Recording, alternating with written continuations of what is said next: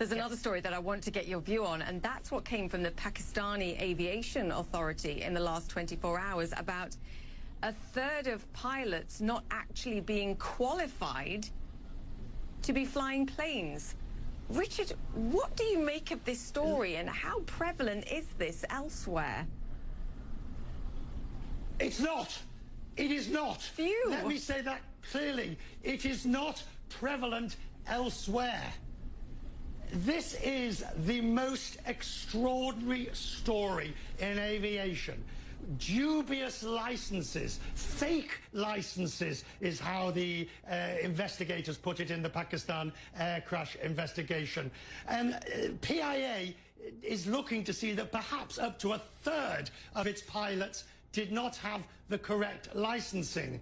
Now, to be clear, the pilots that were flying the crashed plane did have licensing, although there was a raft of other incompetent issues in the way they were flying the plane. But the fact that a country is admitting that there are dubious pilots' licenses in the commercial airline sector beggars belief, and must raise some very serious questions about safety of airlines in Pakistan. Yes, I mean, the suggestion was they were getting other people to do the final exams. I mean, fine, you know, you need to get air miles in order to gain experience, but the idea that they never took the exam is, quite frankly, terrifying. So I'm glad you're equally outraged, Richard.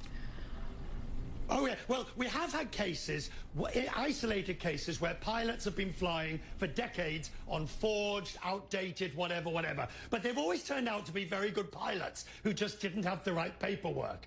This is not in that case. This is a case of wholesale fraud, whatever you want to call it. People flying that shouldn't have been flying. It's a scandal.